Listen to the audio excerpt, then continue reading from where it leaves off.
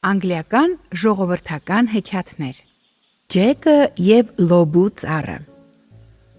Ժամանակով իր փոքրիկ գյուղական խրճիթում ապրում էր մի աղքատ այրի, որդու հետ միասին, որին Ջեք էին ասում։ Ջեկը լավ որդի էր, չնայած երբեմն ծուլանում էր կամ անմիտ բաներ անում։ Եվ նրան գնալով աղքատանում էին, ու մի օր բանը այնտեղ հասավ, որ նրանց ունեցած-չունեցածը մնաց մի հատիկ կով։ Ես այլևս փող չունեմ հաց գնելու, տխուր ասաց Ջեկի մայրը։ Դու պետք է մեր խեղճ կովին տանես շուկա, վաճառես, թե չէ մենք սովից կմեռնենք։ Լավ գին կվերցնես մեր կովի համար, հա։ Ջեկը կովին առաջն արեց և ճանապարհ ընկավ դեպի շուկա։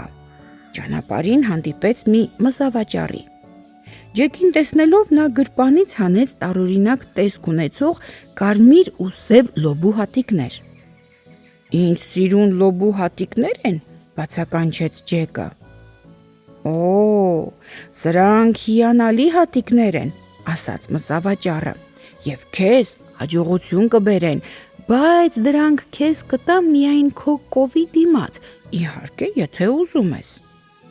Պարզ է, ուզում եմ, ասաց Ջեկը, և իսկույն էլ նկատեց, որ մնացել է մեն-մենակ ճանապարհին կանգնած, առանց կովի, իսկ գրպանում ինչ-որ լոբու հատիկներ։ Մայրն անհանգիստ սպասում էր նրան, ու երբ տղան տուն եկավ, պատմեց իր պատմությունը։ Մայրը շատ բարկացավ։ Լոբու հատիկները նա շպրտեց պարտեզ, և մայր ու տղա ստիպված էին սոված պառկել քնելու։ Հաջորդ առավոտյան, երբ Ջեկն արթնացավ, զգաց, որ արևի լույսը իր պատուհանից ներս չի թափանցում։ Լույսը բաց կանաչ երանգ ուներ, իսկ պատուհանից դուրս երևում էին ինչ-որ տարօրինակ, հսկայական բույսի կանաչ տերևներն ու ալ-կարմիր ծաղիկները։ Նա վազեց պարտեզ և ինչ տեսավ։ Լոբու հատիկները արմատակալել էին ու գիշերվա ընթացքում աճելով դարձել մի հսկայական բույս, այնքան բարձր, որ ծայրը չէր երևում ամպերի մեջ։ Իսկ այդ բույսի հաստ ցողուններն իրար շուրջ պտտվելով մի տեսակ սանդուղք էին կազմել։ Հետաքրքիր է, ուր է տանում սա, ասաց Ջեկը։ Ես պետք է բարձրանամ այդ սանդուղքով ու տեսնեմ։ Ու նա սկսեց բարձրանալ, նա գնում էր ու գնում դեպի վեր, շուտով հոգնեց ու սովածացավ, բայց մի փոքր հանգստանալով խիզախորեն շարունակեց բարձրանալ։ Ժամեր էին անցել, նա ամպերից էլ վեր էր բարձրացել, երբ հասավ մի օտար երկիր ու նստեց քարին, որ հանգստանա։ Հանկարծ մի կին հայտնվեց ու ասաց. Այստեղից ոչ հեռու գտնվող դղյակում ապրում է այն հսկան, որ սպանել է քո հորը և գողացել նրա բոլոր գանձերը։ Դու պետք է ետ վերադարձնես դրանք և հատկապես ոսկե ձվեր ածող հավիկին ու խոսող տավիղը։ Դրանով միայն կարող ես հատուցել մորդ բարությունը։ Խոսքը վերջացնելուն պես նա անհայտացավ, և Ջեկը կռահեց, որ դա փերի էր։ Նա շարունակեց ճանապարհը և մայրամուտին հասավ մեծ դղյակին։ Դռան շեմքին կանգնած էր մի հսկա կին։ Խնդրում եմ, ինձ մի փոքր ուտելու բան տվեք, ասաց Ջեկը։ Քեզ հայտնի չէ ինչ է, որ իմ ամուսինը մի հսկա է, որը քեզ պես տղաներին բռնում և ուտում է, ասաց հսկա կինը, բայց եթե ուզում ես, կարող ես գալ և օգնել ինձ, երբ նա տանը չէ։ Իսկ նրա գալու ժամանակ ես քեզ կթաքցնեմ։ Ջեկը վախենում էր, բայց գիտեր, որ պետք է կատարի փերու ասածը ու պետք է փորձի ետ վերադարձնել հսկայի գողացած գանձերը։ Եվ այսպես համաձայնեց օգնել նրան։ Հսկա կինը նրան ներս տարավ, մի քիչ ուտելու և խմելու բան տվեց։ Որոշ ժամանակ անց տունը կամաց-կամաց սկսեց ցնցվել։ Այդ իմ ամուսինն է գալիս, բացականչեց հսկա կինը և ջեկին արագ թաքցրեց վառարանի մեջ։ Հսկան ներս մտավ, շուրջը հոտոտելով։ Ես թարմսի հոտ եմ առնում, մռնչաց նա որոտող ձայնով։ Ցացի ցոցու հոտ եմ առնում անգլիացու, մեռած լինի թե կենդանի, իմ փորի մեջ պիտի լինի։ Դե հիմարություններ դուրս մի տուր, ասաց կինը, ուղղակի այս առավոտ մի ոչխար եմ մորթել և սեղանին դրեց մի այնպիսի մեծ կարկանդակ, որ 10 մարդ 10 օրում հազիվ ուտեին, սակայն հսկան կարկանդակը ամբողջությամբ կերավ ընթրիքի ժամանակ։ Ընթրելուց հետո հսկան կնոջը հրամայեց բերել իր փողի տոպրակները։ Կինը բերեց 2 տոպրակ, մեկը ոսկով, մյուսը արծաթով լի։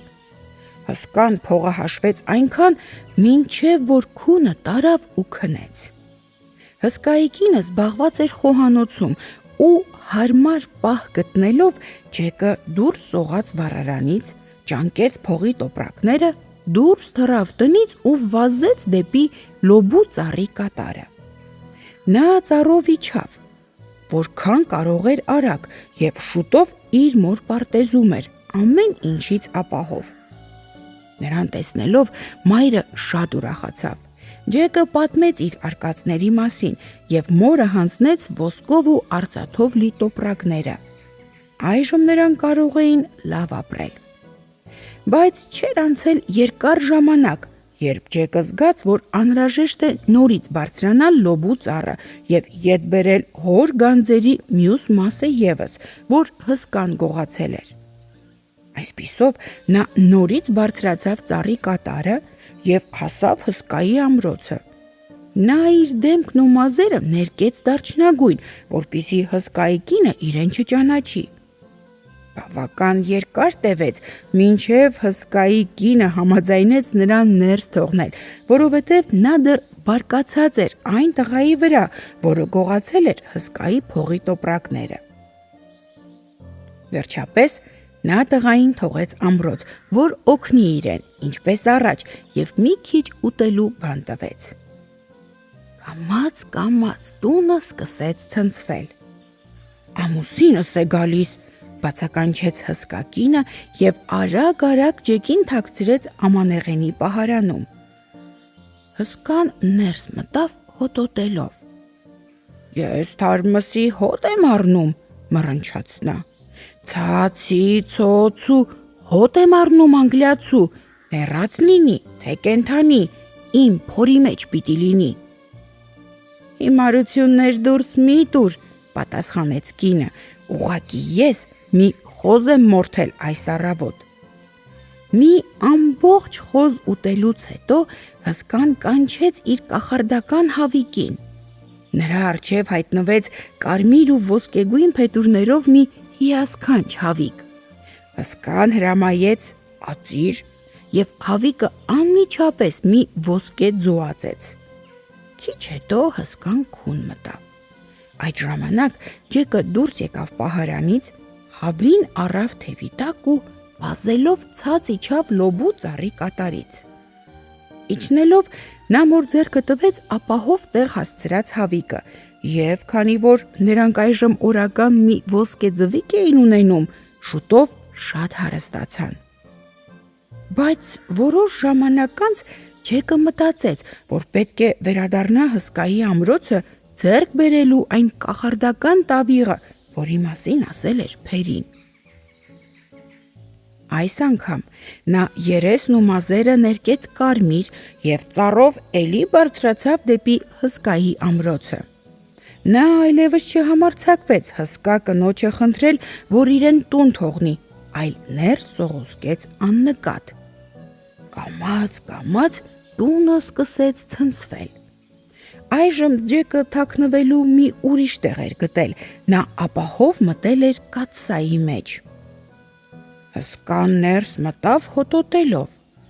Ես թարմսի հոտ եմ առնում, ցացի ցոցու, հոտ եմ առնում անգլիացու, մեռած լինի թե կենդանի, իմ փորի մեջ պիտի լինի։ Հիմարություն պատասխանեց կինը, պարզապես ես մի հորթ եմ մորթել այս առավոտ։ Բայց հսկան նրան չհավատաց և հետախուզեց խոհանոցի յուրաքանչյուր անկյունը։ Նա նույնիսկ ձեռքը դրեց պղնձի կափարիչի վրա։ Ջեկը վախից դողդողում էր, բայց հսկան կափարիչը չբարձրացրեց։ Վերջապես հսկան սեղան նստեց և անչափ շատ կերավ։ Դրանից հետո ուզեց իր տավիղը։ Բերեցին մի հիանալի ոսկե տավիղ։ Հսկան հրամայեց նվագիր և տավիղը նվագեց մի քաղցր մեղեդի, այնքան, մինչև հսկան քուն մտավ։ Այդ ժամանակ Ջեկը դուրս սողաց կաթսայից, խլեց տավիղը և փախավ։